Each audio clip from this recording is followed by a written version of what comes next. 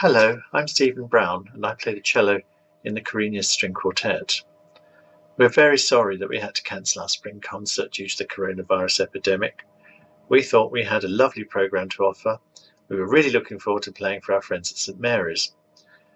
When we made that decision, we thought that instead we could make a video of the pieces we were going to play and include the introductory talks about the music that we would have given. Sadly, because of the current recommendations about travel and so on, we haven't even been able to get together to make that recording yet. Obviously, we'd like to do that when the crisis has passed. In the meantime, here's one of the introductory talks. Perhaps not surprisingly, it's a bit longer and more detailed than I would have actually said at the performance. I'm going to talk about Shostakovich's String Quartet No. 7. But first, I'll just add that over the years we have been known occasionally to record a rehearsal for our own benefit or feedback and so on. And as it happens, we did exactly that when looking at the Shostakovich recently, when we were still meeting and before we knew we were cancelling the concert. I'm going to use the odd clip from that for illustration, but I must emphasise this is not supposed to be a performance, and the tempi are not quite up to where we'd expect on the day, and the camcorder was set up at an angle so that Martin has his back to it, and the auditory balance is all wrong. Well, you'd expect me to make that sort of disclaimer. Now to Shostakovich String Quartet No. 7 in F-sharp minor. This was written early in 1960, and it was dedicated to the composer's first wife Nina, who had died towards the end of 1954. As far as I can see, most of the program notes or CD sleeve notes, or indeed relevant Wikipedia article, mention this fact, but with a few notable exceptions, they just go on to an academic analysis of the musical structure of the piece, and they don't consider in any depth how this might actually be linked to his life with Nina.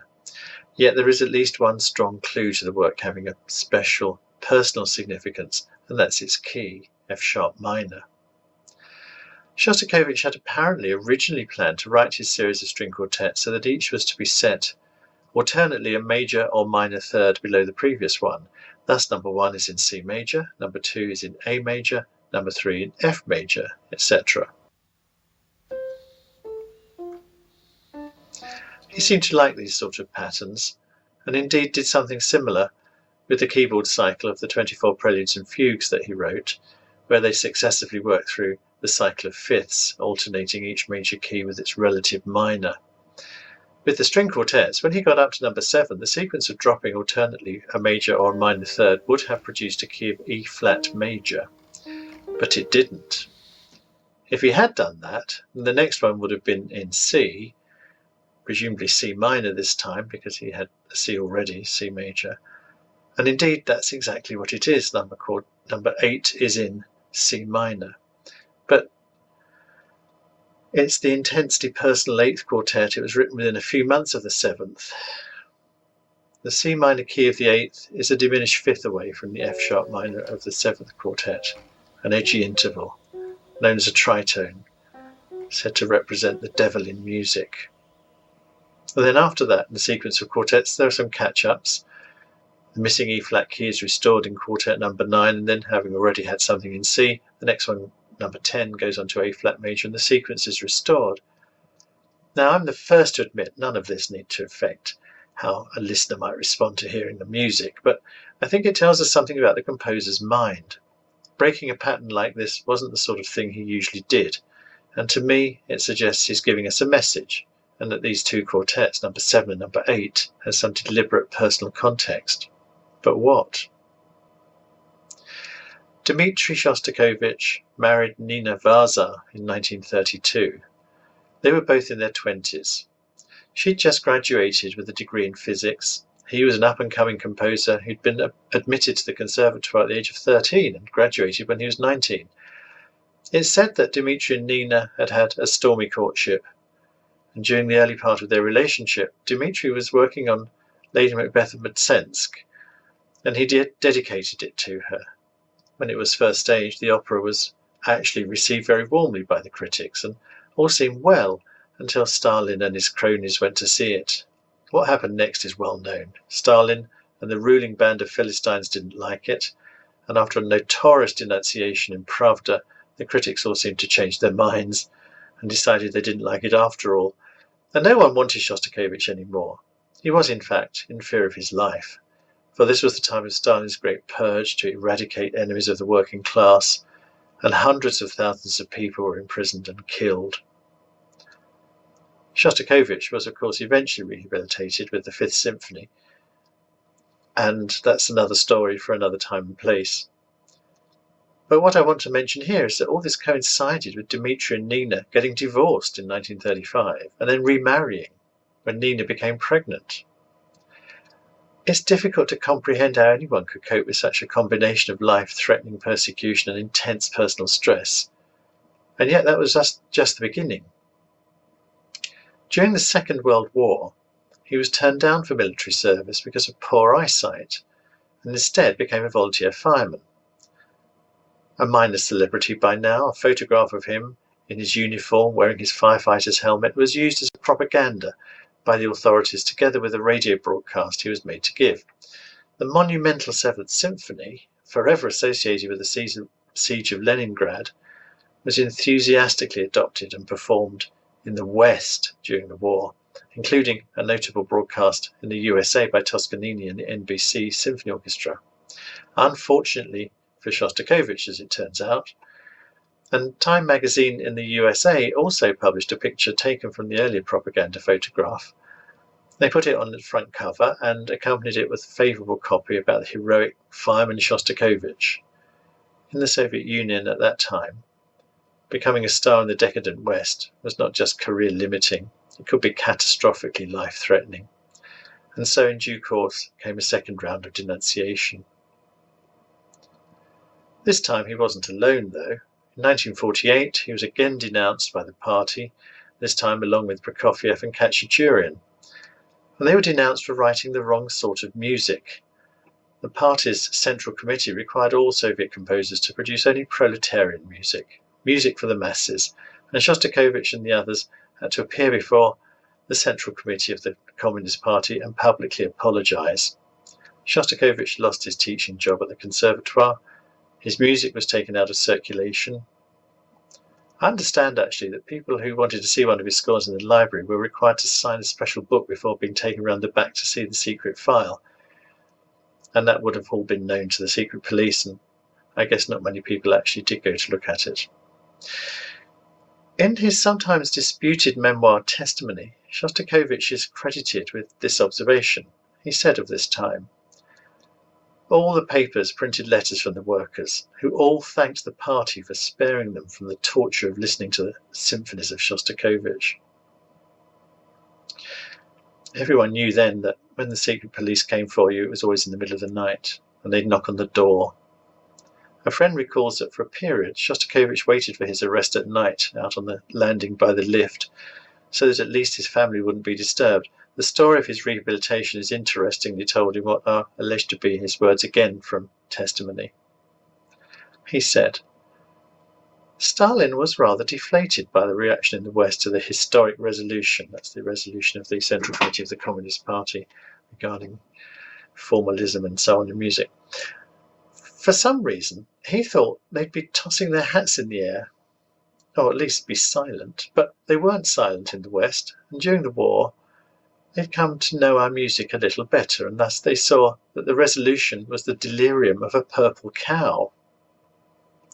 Naturally, Stalin didn't give a damn about the West, and the Western intelligentsia in particular, and he used to say, "Don't worry, they'll swallow it."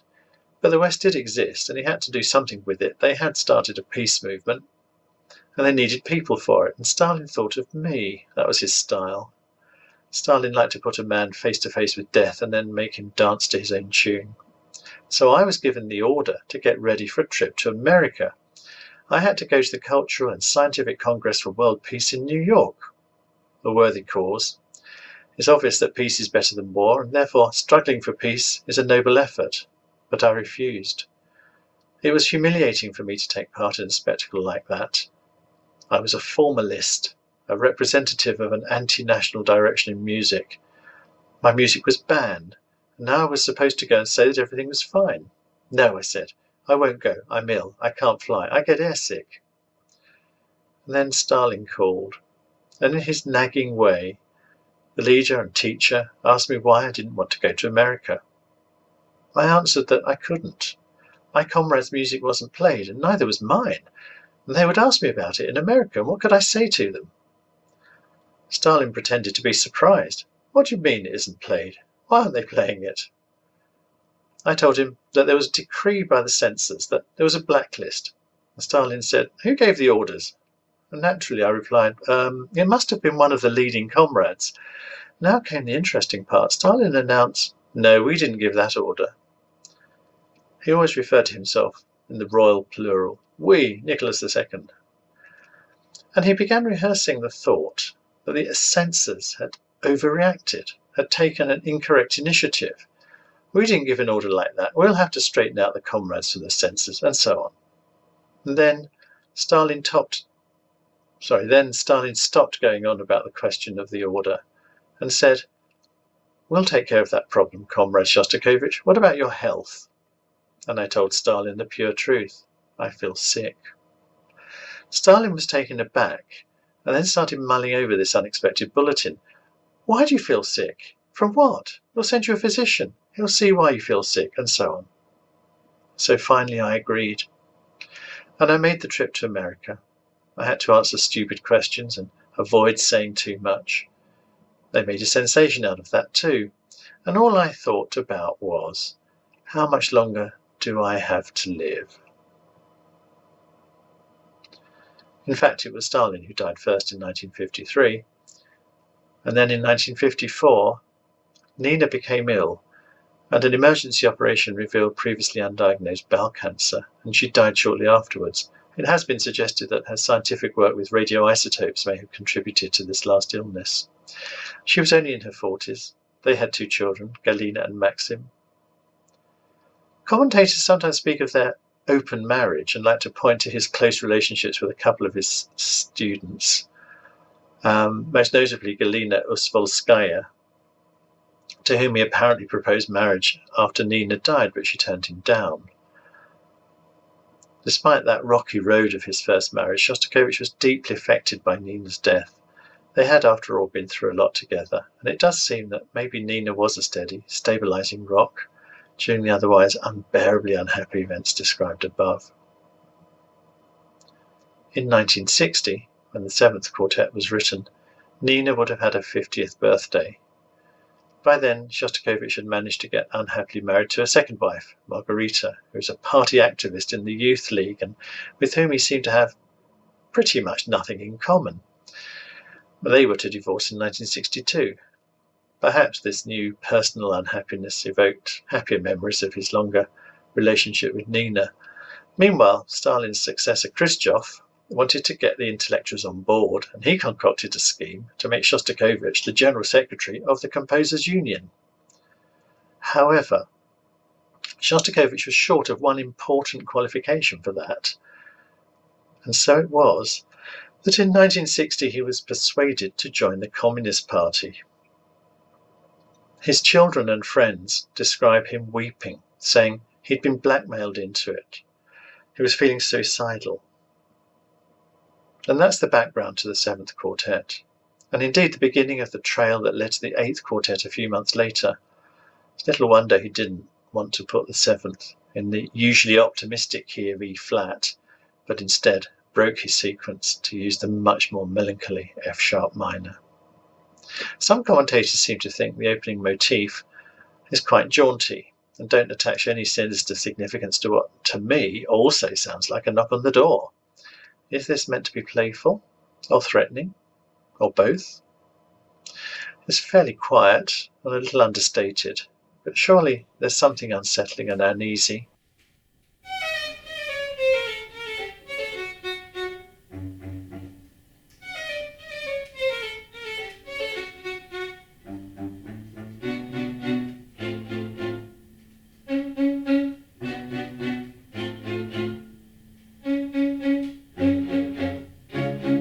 I think it's both threatening and playful when it appears in this movement. And this demonstrates one of Shostakovich's special qualities, the layers of meaning, the ability to cry and laugh at the same time.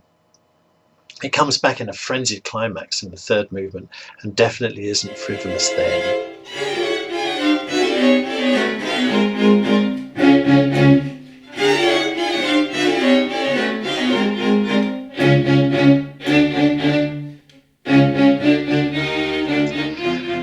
Then there's the second movement, which has the most amazing soundscape with an otherworldly, almost mystical opening.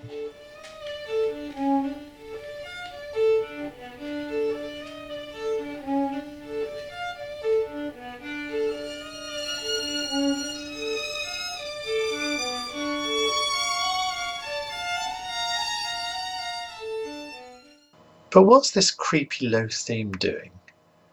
Seems to me to be a bit dark and sinister, but you could take it either way.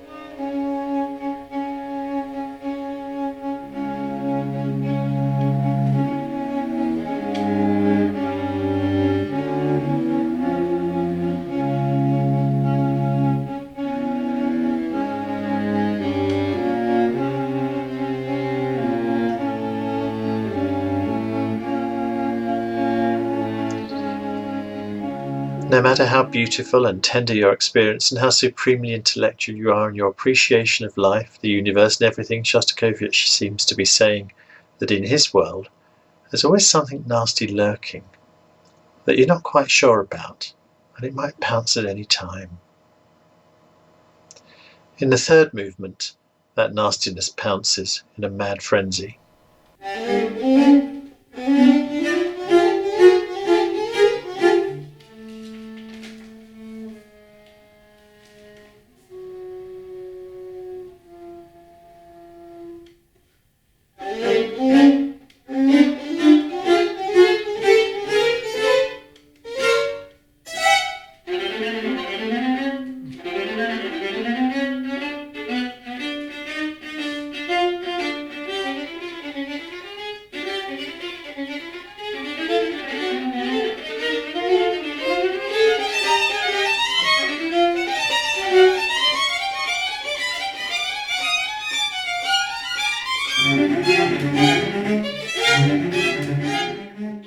The three movements are meant to be played without a break, and the third movement is clearly in two halves, so we might almost consider it a fourth movement.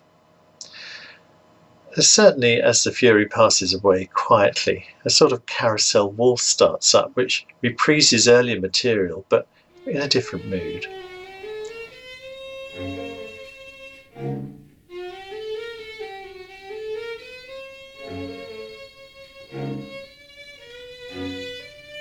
Memories, dreams, reflections perhaps. There is some humour, with a sort of joke against the cellist.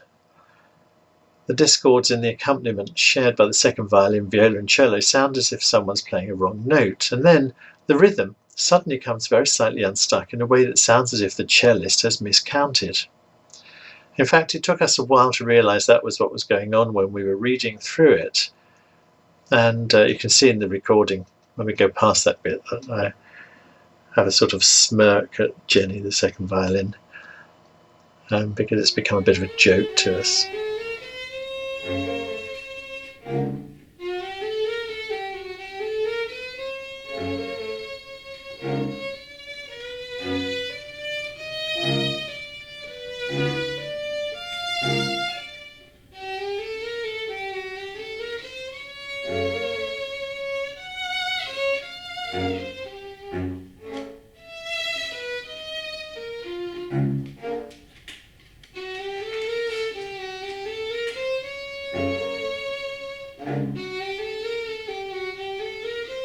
The fairy ending is perhaps a reminiscence of good times. Bad things happen, but you may still have some memories that aren't so bad.